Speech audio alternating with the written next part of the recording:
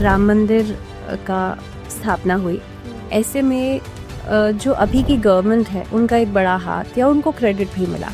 अभी ध्वजारोपण हुआ, इसको आप किस तरीके से देखते हैं? आपका सेक्युलरिज्म मेरे धर्म को गाली देने से शुरू होता है और इस चीज़ को हम नकार नहीं सकते।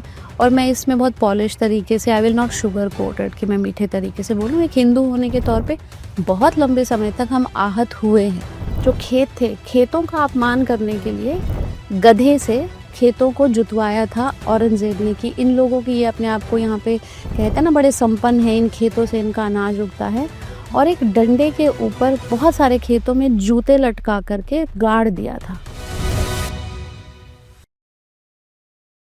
वंदे मातरम में हम सिर्फ 2 ही स्टैंजास बोलते हैं और बाकी स्टैंजास को रिमूव कर दिया गया क्योंकि उस समय की गवर्नमेंट जो थी वो अपीसमेंट पॉलिसी के ऊपर ध्यान देती थी। तो बिल्कुल, और भारत को ये पता होना चाहिए, आई थैंक द करंट गवर्नमेंट, की कुछ सच्चाई भारत के सामने, भारत के जो आज जो 20 साल के बच्चे हैं वो 10 साल पहले 10 साल के थे। उनको नहीं पता कि कब क्या चीज़ घटी है। और हमारे देश के संग एक ना किताब है, एक प्रोफेसर है, मैं 2 किताबें पढ़ने के लिए हमेशा कहती हूँ। एक करपात्रे जी महाराज की है, राम राज्य और कार्ल मार्क्स, और एक प्रोफेसर मक्खन लाल की है, educating to disrupt and deceive, कि किस तरीके से एक सिस्टमैटिक ढंग से भारत की जो जनरेशन्स हैं उनको, उनका आइडियोलॉजिकल सबवर्जन किया गया। हम आज हम लोग जिनको सबवर्ट किया गया वो पूछते हैं। जेएनयू में जिस तरीके के नारे लगते हैं कि भारत तेरे टुकड़े होंगे, जहाँ स्वामी विवेकानंद की प्रतिमा को खंडित किया जाता है, आप यकीन मानेंगे, मैं it was a spine chilling moment. ये एक रैली निकली थी, भारत तेरे टुकड़े होंगे, और वो केजी मार्ग से गुजर रही थी, and I was there, I was coming out of a building and the guard stood there. थोड़ी देर के लिए वहाँ गाड़ी खड़ी हुई और मैंने देखा, और छोटे छोटे यंग बच्चे, 18 से 20-22 साल की उम्र के कुछ युवा प्लकार्ड्स ले जा रहे थे, और उसमें एक नग्न स्त्री बनाई हुई थी, और उसकी छाती में एक लंबा सा जो लोहे का एक सरिया जिसको बोलते हैं वो डाला हुआ था, और उसके छाती पर लिखा हुआ था भारत माता, अच्छा।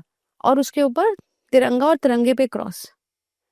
मैं उसको देख करके सन्न रह गई कि अगर ये कहते हैं कि भारत में आज की डेट में भारत में स्वतंत्रता नहीं है, आज़ादी नहीं है, अरे अगर आज़ादी नहीं होती है, प्लाकार्ड लेकर के निकल के सड़क पर घूम रहे होते आप भारत देश की राजधानी की सड़क पर चलते हुए कह रहे हैं भारत तेरे टुकड़े होंगे। तो this is how you educate and subvert. आप ऐसे शिक्षा देते हैं कि एक जनरेशन पूरी अपने देश की सभ्यता संस्कृति के विरुद्ध खड़ी हो जाती है। वो अपने देश की सभ्यता और संस्कृति से सवाल पूछने लग जाती है, वो आक्रांता से सवाल नहीं पूछती है। And this has happened to India.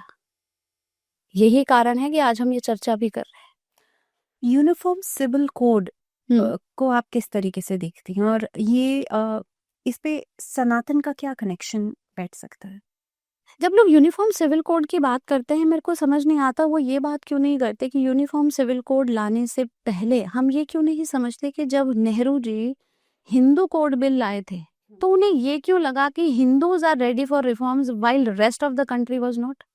आपने मेरे इनहेरिटेंस के लॉ चेंज कर दिए, मेरे मैरिज के लॉ चेंज कर दिए, मेरे एक्सेशन के लॉ चेंज कर दिए, मेरे गार्जियनशिप के लॉ चेंज कर दिए, प्रॉपर्टी लॉज चेंज कर दिए, लेकिन बाकी बाकी बाकी मतलब आप किस तरीके के प्रधानमंत्री थे कि आपने एक फैक्शन को इतना विकसित कर दिया कि सिर्फ उसके कानून।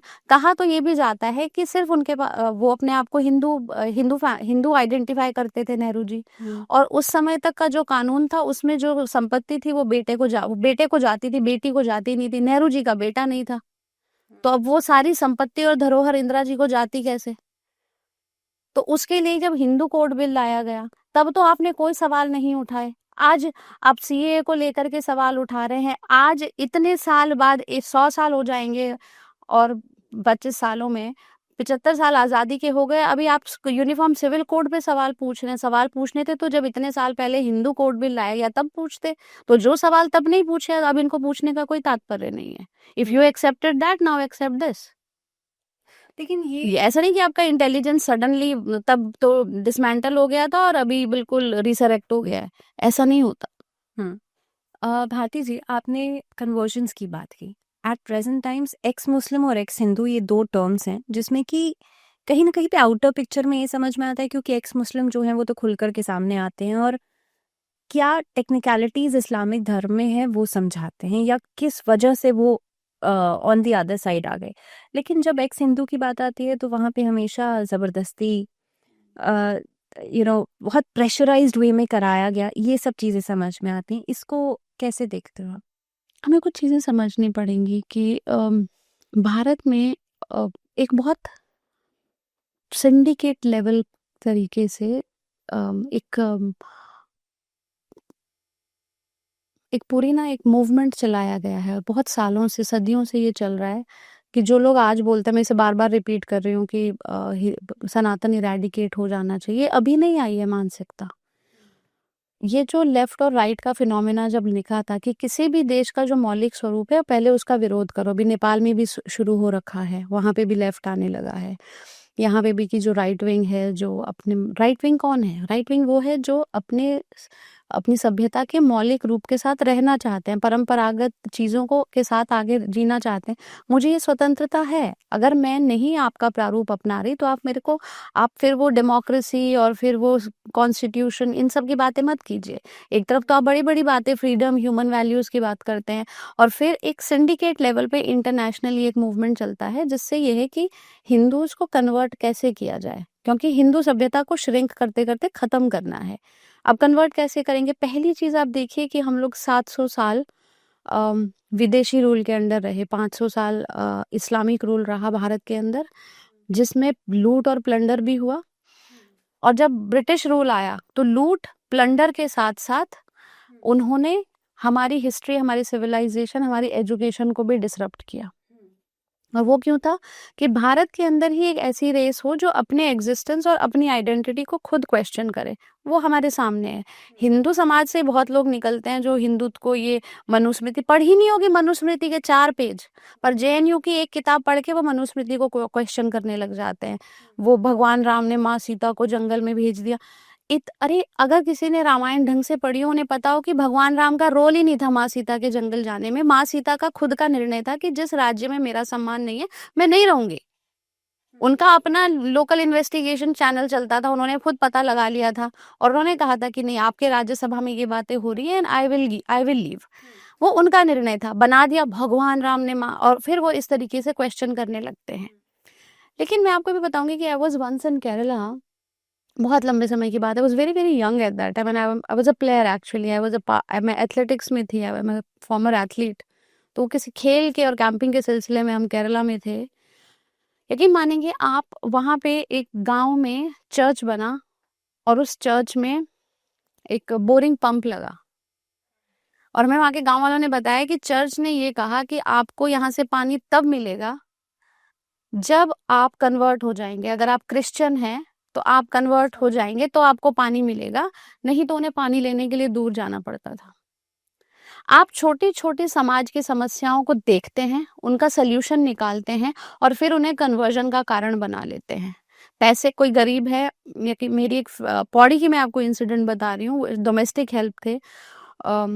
उनका नाम रमा था और सडनली हफ्ते भर के बाद रमा वापस आती हैं तो उनके हस्बैंड का नाम जेम्स हो गया और उनके 2 बेटों का नाम मैथ्यू और टोनी हो गया और रमा पता नहीं क्या कुछ बन गई थी और कह रही हम तो कन्वर्ट हो गए हैं, कॉन्वेंट स्कूल है, उसमें बच्चों की एजुकेशन फ्री होगी और मेरे हस्बैंड को वहाँ पर माली की नौकरी मिल गई है और मैं भी वहीं पर स्कूल में काम करूँगी, तो दोनों को अच्छी नौकरी मिल गई, हम लोगों को 20-20 हज़ार रुपये मिलेंगे, बच्चों की एजुकेशन फ्री है, तो हमें हिंदू बन के क्या मिल रहा था, यहाँ कन्वर्ट हो जाते हैं। आप किसी को शिक्षित और रोजगार इसलिए नहीं दे रहे हैं कि उसको नीड है, आपने उस शिक्षा और रोजगार को क्या बना दिया, कन्वर्जन का तरीका। कोई दुखी है, अब जैसे ये जो जहांगीर बाबा था, किसी को बच्चे नहीं हो रहे हैं तो आप उनकी प्रॉब्लम को, मुझे हैरानी होती है, मेरे को लगता है कि लोगों का सामान्य ज्ञान और विवेक कहाँ चला गया। अभी वो जो एक फादर हैं, पादरी हैं यहाँ के पंजाब के, वो व्हील चेयर पे लोग आते हैं, वो उनके सिर पे हाथ रखता है और लोग ऐसे हिलते हैं और खड़े हो जाते हैं। अरे भाई, मैंने कहा तब तो वेटिकन में जो पोप थे वो व्हील चेयर पे चल रहे थे, इन्हें वहां भेज देते, उनके सिर पर हाथ रखते, पोप खड़े हो जाते। लेकिन ये तो निर्मल बाबा भी करते हैं। मैं कह रही हूँ निर्मल बाबा कर रहे पर वो निर्मल बाबा कन्वर्ट नहीं कर रहे। मैं निर्मल बाबा को सही नहीं कह रही, मैं ये कह रही हूँ कि हमारा अपना विवेक कहाँ चला गया। अगर वो कह रहे हैं कि आप जीसस का नाम लोगे और आप खड़े हो जाओगे, तो भाई पोप ने आज तक क्यों नहीं लिया? वेटिकन में पोप बेकार में मरते दम तक व्हील चेयर पे घूमते रहे। इनको एक बार तो वेटिकन भेजना चाहिए था, एक बार तो जाके उनको ठीक करके आते। उनको ठीक करने के लिए पंजाब के ही, पंजाब में भी ये जो हमारे पहले वहाँ कास्ट डिवाइड क्रिएट किया गया, फिर जो नीची जाति के जो सिख हैं उनको बोल रहे हैं कि आप कन्वर्ट हो जाइए, ये आपको स्वीकार नहीं रहे हैं। इतना पैसा पंप होता है भारत में सिर्फ कन्वर्ट करने के लिए। जो इंडस्ट्रियलिस्ट है, मैं इतना ज़रूर कहूँगी इस कार्यक्रम के माध्यम से कि जो सनातन धर्म में भी जो बड़े बड़े बिजनेसमैन हैं, जितनी हम अपने सनातन धर्म का प्रचार का काम करते हैं, इतना ही संसाधन सनातन धर्म में जो हाशिए पर या जो गरीब लोग हैं उनके लिए लगाना चाहिए, ताकि हम उनको इतना सपोर्ट दे सकें कि उनको आजीविका के लिए अपनी लाइफ में थोड़ा बेटर फील करने के लिए कन्वर्ट ना होना पड़े। ये सपोर्ट तो हमारे समाज के अंदर से ही आना चाहिए। पर ये जो सबवर्जन है, एक तरीका होता है शिक्षा से आप कन्वर्ट कीजिए, वो भी हो रहा है, educating to disrupt and deceive. पढ़िए उस किताब को। सिस्टमैटिकली गरीब लोगों को नौकरी देने के लिए, उनको थोड़ा पैसा देने के लिए मंथली उनके स्टाइपेंड्स बांध दिए जाते हैं, तब कन्वर्ट किया जाता है। डरा करके कन्वर्ट किया। किश्तवाड़ में क्या हुआ था? किश्तवाड़ में लोग जो इस्लाम में कन्वर्ट नहीं हो रहे थे, वहाँ क्या आगजनी हुई थी? कश्मीरी पंडितों के साथ क्या हुआ? तो ये एक बहुत बड़ा सिंडिकेट है। और I thank for and I'm relieved कि we have a leadership in India who has risen to the cause and have actually protected Sanatan Dharma's identity, and I hope we have revived and we will actually rise above this onslaught. Bharti जी, एक आखिरी सवाल मेरा आपसे, क्योंकि हम awareness की बात कर रहे हैं और जाहिर सी बात है कि अवेयरनेस अगर बहुत बेसिक लेवल पे हो तो वो ज़्यादा बेहतर तरीके से सामने आती है। What is your message to the Gen Z or to the millennials also? क्योंकि कहीं ना कहीं पे उस एज पे जाके भी कभी कभी लोगों को नहीं समझ में आता, बिकॉज बेसिक नहीं है। तो ये जो वेस्टर्न कल्चर और इंडियन जो ऑर्थोडॉक्स वाली चीज़ें हैं उसमें जो फंसे हुए हैं लोग, उनको क्या मैसेज है? First of all, be clear about the idea and definition of modernity.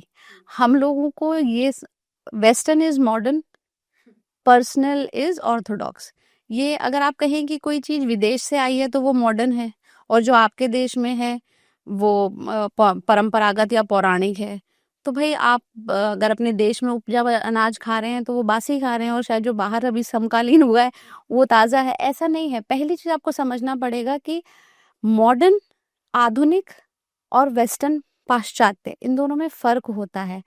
आप प्रोग्रेसिव और विकसित तब भी हो सकते हैं जब आप अपनी आइडेंटिटी के साथ जिएं। तो फर्स्ट जो मेरा मैसेज है, take some time to know yourself, take some time to connect with your roots, take pride in your true identity, and then go ahead, be progressive, be modern and enjoy. आप सारे देश के cultures को enjoy कीजिए, लेकिन आपको किसी और देश की संस्कृति, सभ्यता का अनुभव करने के लिए अपनी पहचान, अपनी सभ्यता, अपनी संस्कृति को ठुकराने की आवश्यकता नहीं होती।